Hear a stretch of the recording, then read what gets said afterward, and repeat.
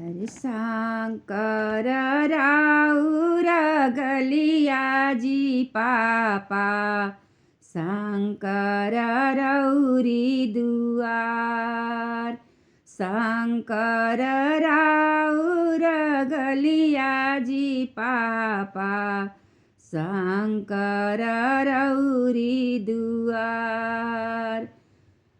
हथिया जे आई है पियासल जी पापा देहु न पोखरा खनाय।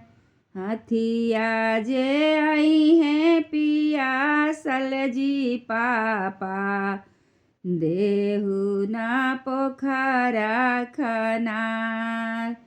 शंकर हमारा गलिया गे बेटी शंकर हमारी दुआर।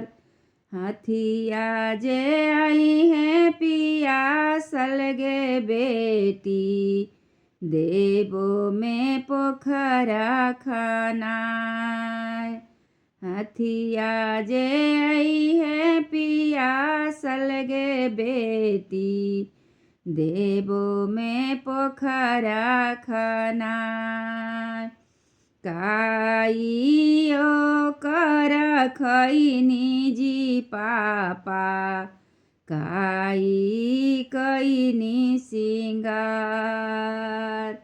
काइयो कर खैनी जी पापा काई कैनी सिंगार। केकरा भरोसे बलहारनी जी पापा साजन छेकले दुआर।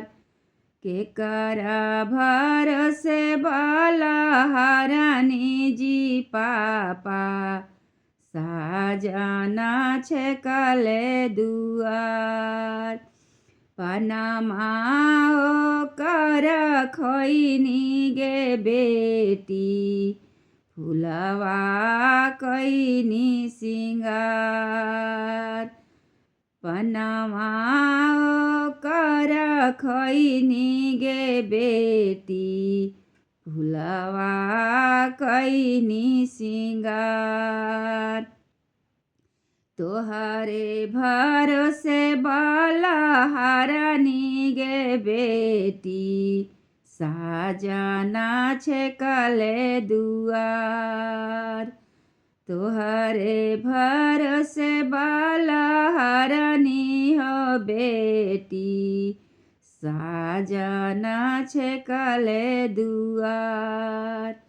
पनमा कर फेरी दिही जी पापा फुलवा दिही छितराय। पनमा कर फेरी दिही जी पापा फुलवा दिही छितराय। हमरो ऐसन बेटी हर फिलुकाई साजन लवटी घर जा। हमारा ऐसन बेटी हर फिलुकाई साजन घुरी घरे जाय। घर पिछुअरवा बढ़ैया हित भैया एकरे हार फगड़ी देव। ओही रे हार फवा में धिया के लुकैबो साजन लवटी घरे जाय। ओही रे हार फवा में धिया के लुकैबो साजन घुरी घरे जास।